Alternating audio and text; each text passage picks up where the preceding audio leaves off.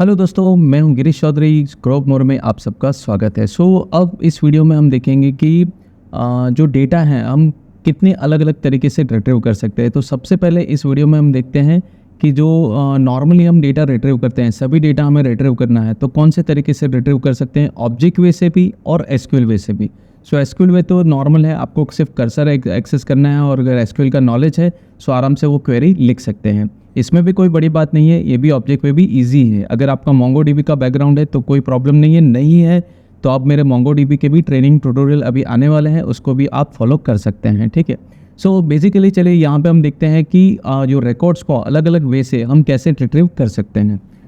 आइए सबसे पहले यहाँ पे देखिए। ऑब्जेक्ट वे से हम कैसे रिट्रीव करते हैं। सबसे पहले तो आपको मॉडल्स इंपोर्ट करने हैं, ये आपको ध्यान रखना है। मूवी और एक्टर्स में दोनों मॉडल्स में हमने रिकॉर्ड डाले हुए हैं।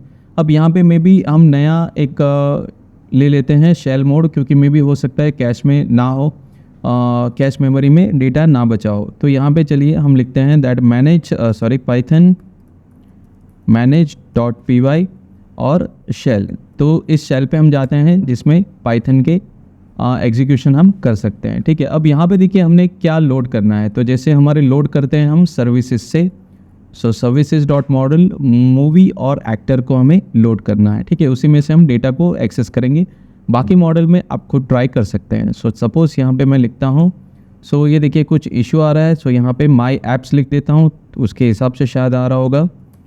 ठीक है, ये हो गया। तो ये दोनों मॉडल यहाँ पे मैंने इंपोर्ट कर लिए हैं। अब देखिए यहाँ पे जो फर्स्ट है क्वेरी सेट ऑल, मतलब कि मुझे सारे अगर रिकॉर्ड शो करने हैं। यहाँ पे आप डायरेक्टली वेरिएबल लेके देखिए, यहाँ पे मैं वेरिएबल ले रहा हूँ और यहाँ पे आप उसको यूज़ कर रहे हैं। तो सारे जो रिकॉर्ड्स हैं आपके ऑल मूवीज़ में चले गए। अब उसको मुझे शो करना है तो आप नीचे देखिए यहाँ पे एक मैंने लूप भी लिखा हुआ है। लूप थ्रू भी आप एक्सेस कर सकते हैं। देखिए for movies in all movies, और आपको जो भी एक्सेस करना है आप यूज़ कर सकते हैं। ये चॉइस आपकी है कि आपको किस हिसाब से एक्सेस करना है। ठीक है, अब यहाँ पे देखिए assuming title is a second field, assuming hero is a third field. तो इस हिसाब से उस हिसाब से यहाँ पे एक्सेस कर सकते हैं। चलिए इसको एक बार ट्राई करते हैं, रन करते हैं। यहाँ पे मूवीज़ के रिकॉर्ड हम एक्सेस कर रहे हैं। तो ये देखिए यहाँ पे मैं इसको पेस्ट कर रहा हूँ और जस्ट एंटर। और यहाँ पे देखिए प्रिंट अभी तक नहीं किया है तो रिजल्ट कुछ आने वाला नहीं है। तो यहाँ पे मैं प्रिंट भी कर देता हूँ। प्रिंट टाइटल, और यहाँ पे एक और स्टेटमेंट में लिख देता हूँ। देखिए कुछ इश्यू आ रहा है। ओके, यहाँ पे चलिए फिर से इसको पेस्ट करते हैं। ठीक है, देखिए एक्सेस तो हो गया है। अब यहाँ पे हम ट्राई करते हैं। तो ये देखिए console line 3 movie object is not subscriptable. तो बेसिकली इसमें कुछ इशू आ रहा है, तो इसको हम बाद में देखते हैं। यहाँ पे देखिए इसको अभी मुझे सिर्फ एक्सेस करना है। तो यहाँ पे मैं जस्ट लिखूँगा print all movies, all underscore movies. ठीक है, यहाँ पे जस्ट इसको मैं यूज़ करता हूँ। तो देखिए ये सारे यहाँ पे एक्सेस हो गए। इसमें से जो भी इंडिविजुअल वैल्यू है मैप का लूप लिख के आप एक्सेस कर सकते हैं।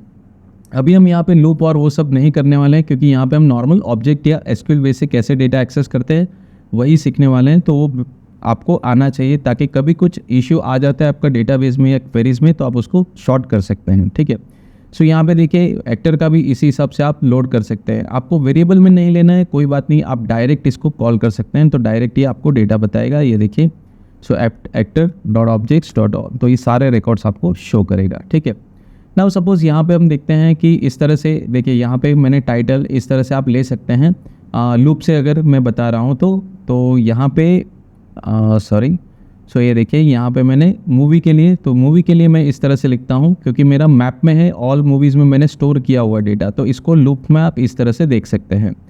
चलिए इसको मैं पेस्ट कर देता हूँ।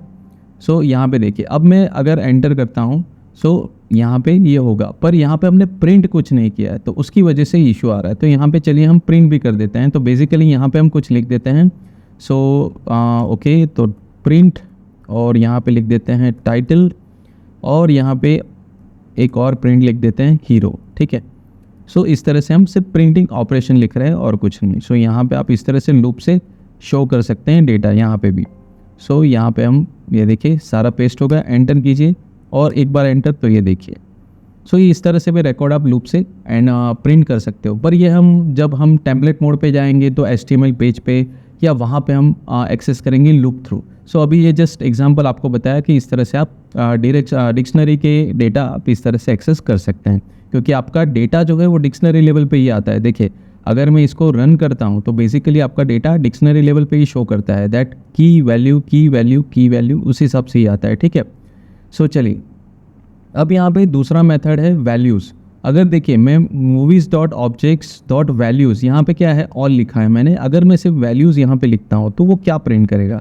सो यहाँ पे देखिए अगर मैं वैल्यूज़ लिखता हूँ तो इस तरह से मुझे प्रिंट करके देगा कि ID1 title the Avenger hero iron man, इस तरह से मुझे प्रॉपर लिख के देगा, जो की और वैल्यू पेयर वाइज है, इस तरह से मुझे आउटपुट देगा। तो आपको किस तरह से आउटपुट देना है, किस तरह से आपको रिप्रेजेंट करना है आपके डेटा को, वो आपको सोचना है, ठीक है।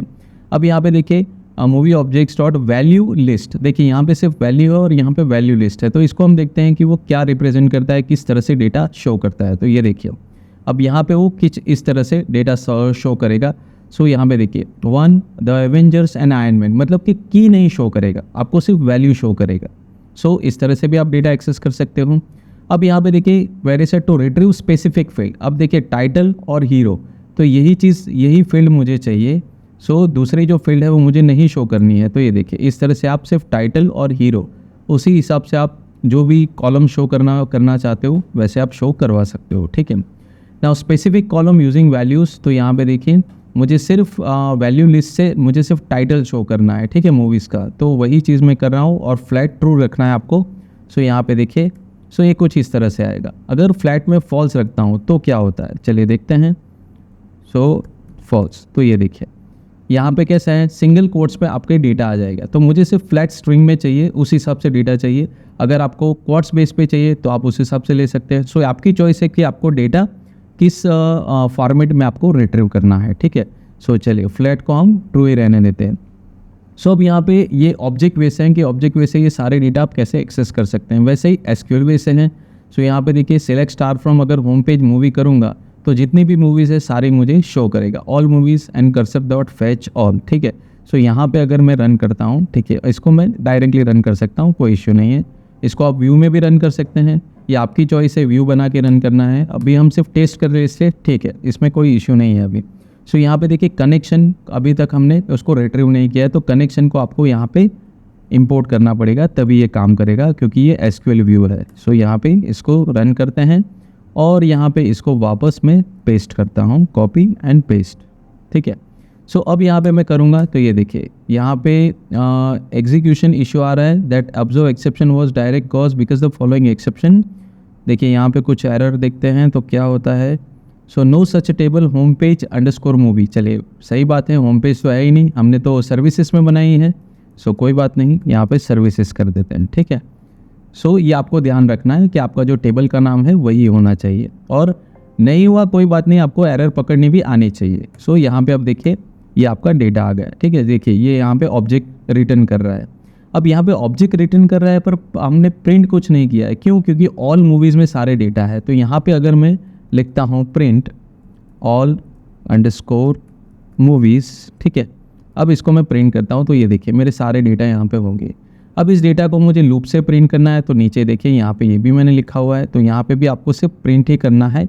सो यहाँ पे मैं प्रिंट टाइटल कर देता हूँ और यहाँ पे प्रिंट मैं हीरो भी कर देता हूँ, ताकि हमें पता चले कि क्या प्रिंट हो रहा है और क्या रिट्रीव हो रहा है। सो यहाँ पे मैं लिख देता हूँ। सो ऑल मूवीज़ तो मैंने ऑलरेडी एक्सेस कर ली है, तो यहाँ पे देखिए पेस्ट करता हूँ,